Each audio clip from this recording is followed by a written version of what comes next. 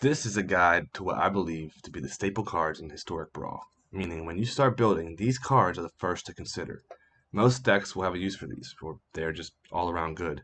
Removal, card advantage, ramp, win conditions, and more. Remember this list, the list of cards that I personally use in most Historic Brawl decks. This will be an ongoing series, so at the end of the video, if you liked or even gained anything from this video and want to see more, drop a sub. Thanks. Alright, so welcome back guys to another video. I might have already said that in the intro, who knows, but here we are. Green staples. Historic Brawl staples that are green. I have a bunch of stuff here, but we're going to talk about the normal things we always talk about: card draw, ramp, removal, win conditions, any other cards that might be just notable cards. So what I'm going to say about green is it does a couple things really bad, which is removal. Has like flying creature removal, artifact enchantment removal, but it really can't remove creatures or artifacts all too well. What it does great and better than any other color is ramp, and also card advantage. It does very well. So let's look into some stuff. First, we're going to go into the ramp stuff because I mean that's just one of the things green does so good. And there's all kinds of ramp. There's creature ramp, even Elvish Reclaimer I put on this list because I mean, he just fixes your lands and that's really helpful. Gilded Goose, just any color ramp.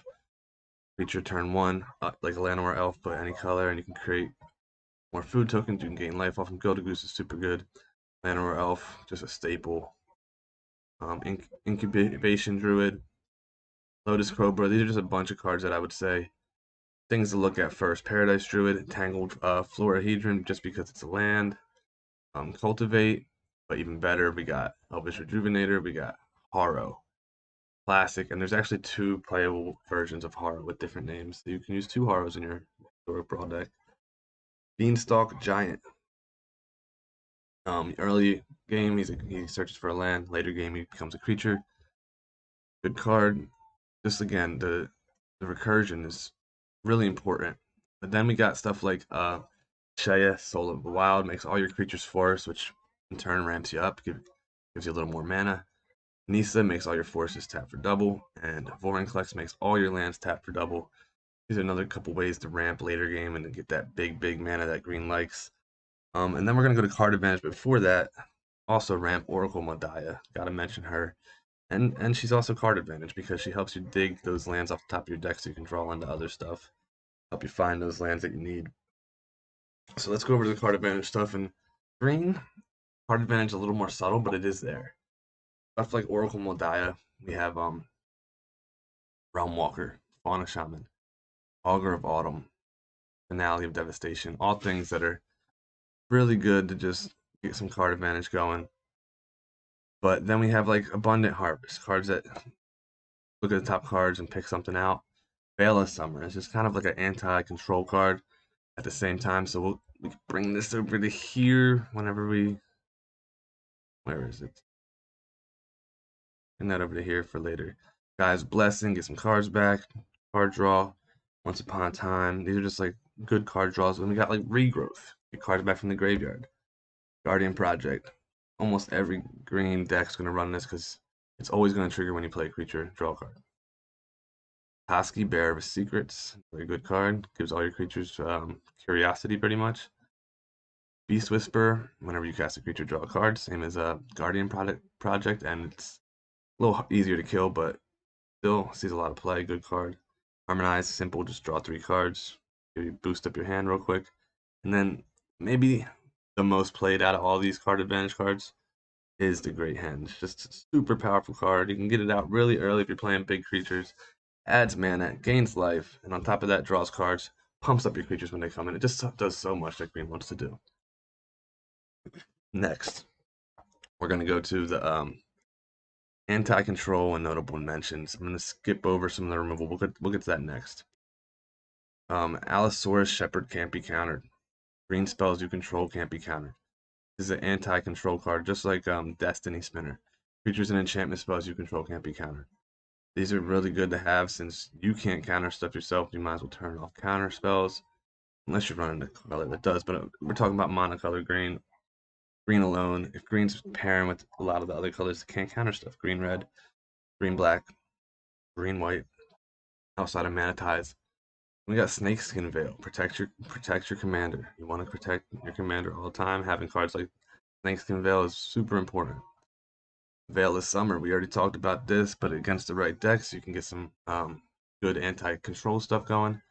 Also, gives your permanents hexproof from blue and black. So, Scavenging Ooze, Graveyard Hate, always good. Always want to do that. Maybe one of the best Graveyard Hate cards around in all the colors.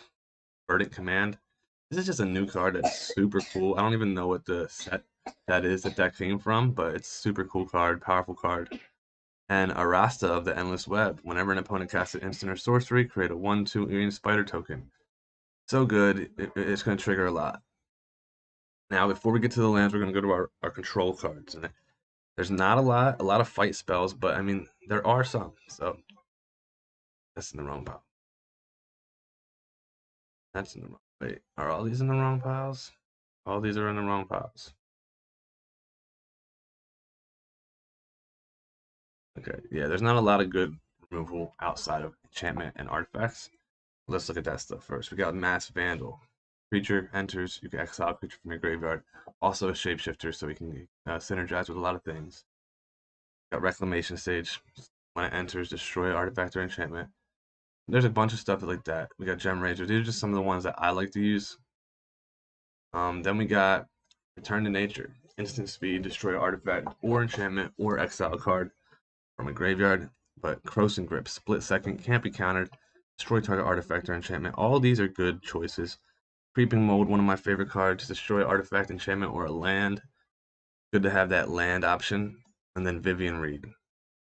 She's probably the best green planeswalker right now, in my opinion, just because she has that destroy artifact, enchantment, creature with flying option.